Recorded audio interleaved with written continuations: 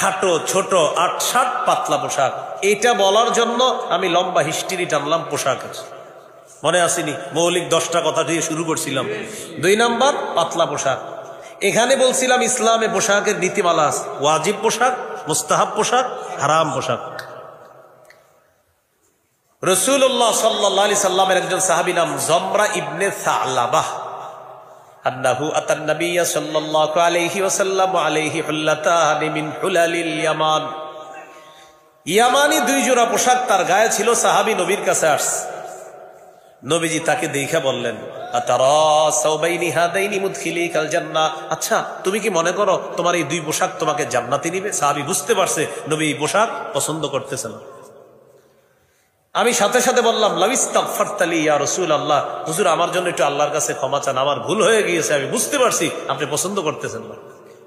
লা আকুদু হাত্তা আনজিআহুমা আন্নি, হুজুর আমি ওয়াদা করলাম আমি এই পোশাক না খুলে আমি জমিনে বসবো না।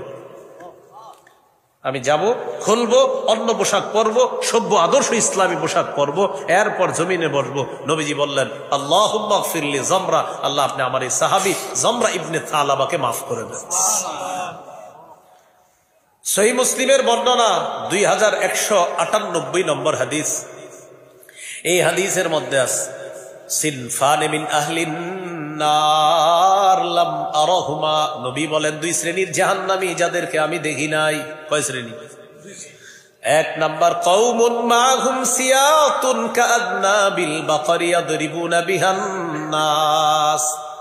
1 নাম্বার এমন সম্প্রদায় যাদের কাছে গরুর লেজের মতো চাবুক থাকবে, লাঠি থাকবে, এই লাঠি দিয়ে মানুষকে আঘাত করবে, জুলুম নির্যাতন করবে, অত্যাচার করবে, তাদের ঠিকানা হবে জাহান্নাম। 1 নাম্বার।